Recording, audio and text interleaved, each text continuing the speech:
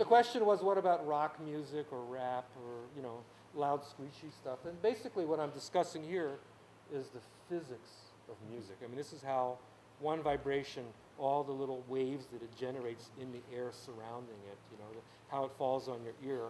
You know, even your ear, how things fall on your ear will color sound too. You know, the original sound may not have the harmonics quite as loud as your ear's going to hear them, you know, or maybe as we get older, we tend to hear less of the higher pitches, and, you know, we hear more of the fundamental sound, that sort of thing. But I'm not really discussing style or anything like that, you know. But, you know, like when you hear distorted guitars or something like that, you know, people taking a distorted guitar solo or something, what they've done is they've increased the vibrations of the overtones, so it gets that buzzy sound. Just like a tambura is almost like a distorted sound in a sense compared to what we usually listen to, you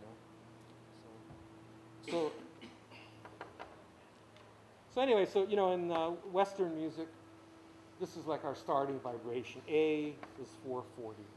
And I'll show you that naming system shortly. The Japanese, God bless them for whatever reason, do 442. I don't know why. You know, maybe because they like things a little bit peppier or something like that, because it would sound a little bit peppier. You can hardly tell. Two cycles per second. You don't really notice it, but, you know, when I've bought some synthesizers, most of them are pretty much made in Japan now, and every once in a while you find one, you go to the master tune section and it's 442, and you got to hit a couple clicks and drop it to 440 so you can be in tune with everybody else. Yeah, you have that same problem. You know what I'm talking about? Well, it's nice that they have that feature. Yeah, yeah. So, but they, you know, when you go to, you know, if a conductor, like a classical conductor, you know, working in America will tune people here, but when they go to Japan, they'll tune people to 442, and they make their instruments. That, you know, some of the instruments aren't necessarily that tunable, you know, and so they'll make their instruments at 442. So that's, you know, but that's, I think, the only country in the world that does that. So, yeah, I digress.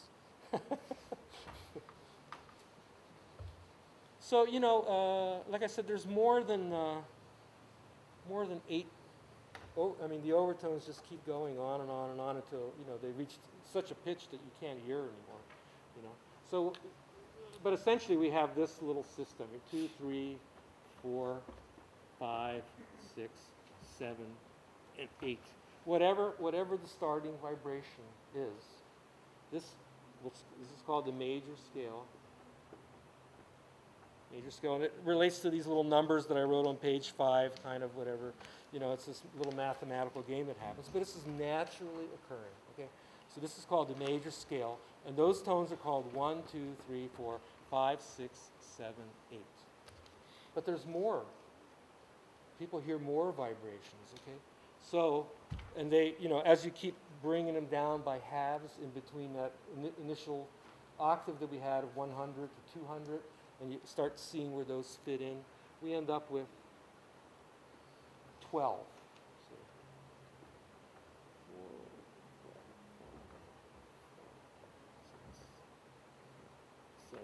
So these are going to be the 12 tones. We just, instead of renumbering them, people just call them, if you go higher vibration, but I'm not there yet. These are the 12 vibrations. We end up with this major scale is 8 notes. This will be called a chromatic scale.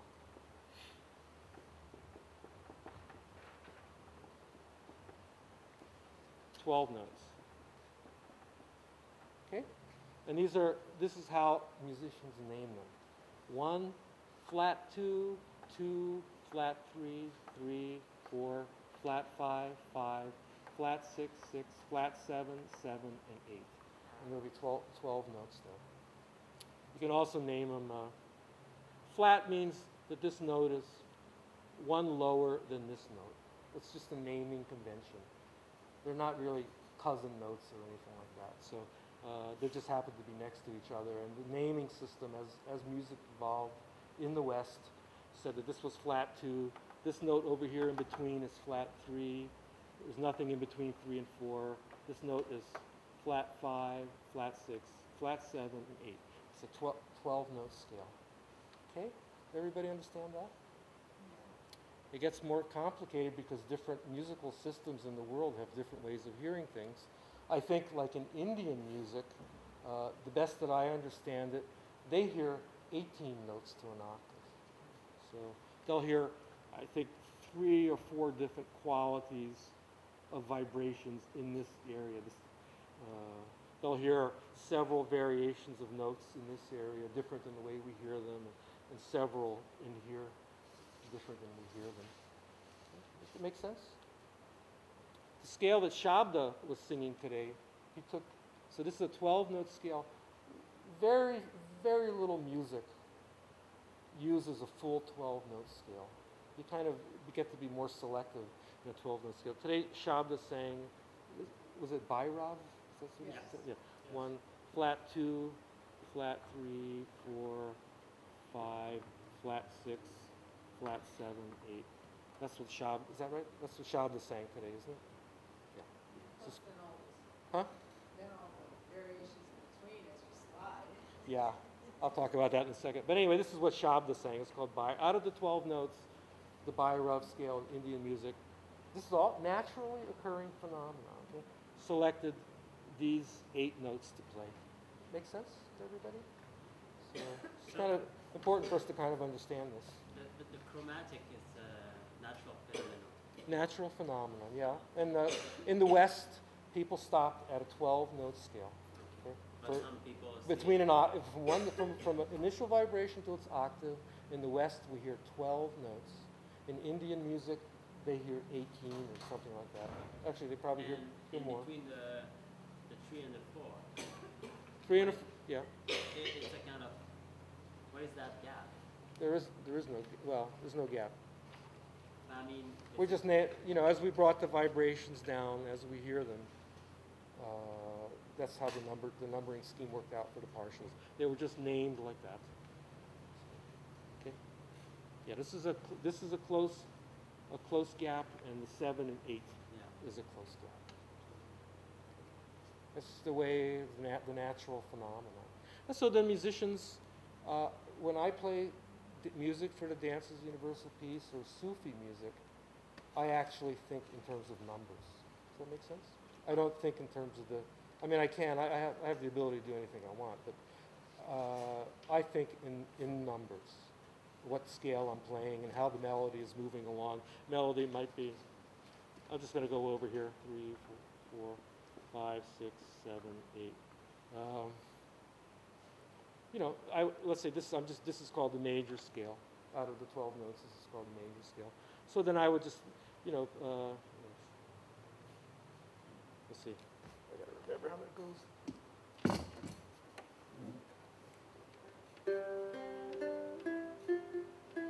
Everybody knows that one. Shri Ram, Jai Ram. This all keeps going. It just keeps repeating, and we go 7, 6, 5. It just keeps going. It just keeps repeating, right? Because this octave, half of that's going to be another octave. From here, this is also 1. So 1, 2, 3, 4, 5, 6, 7, 8. It just keeps going over and over and over again. So Shri Ram Jai Ram. 5, 1, 2, 3, 4, 4, 3, 2, 1, 2, 3, 4, 4, 3. Thank you. It's hard to think like this, that is. But anyway, so low note 5, 1, 2, 3, 4, 4, 3. So you can think of it in terms of numbers instead of going back to the other system. I said where A is 440 cycles per second. We'll get to that too. I probably should stop here because this is only an hour class. But I'm hoping you come back. I mean, we'll just keep talking like this, and my purpose is to just give you kind of a mental understanding of what the game of music is. And I think if you understand that, next time you pick up an instrument, you go, oh yeah, I gotta, I'm not so much in the dark about how all this looks. So. Okay. Next time as well. Huh? We're just going to do this every day, 2:30. So and I hope you come back if this is interesting to you at all. So.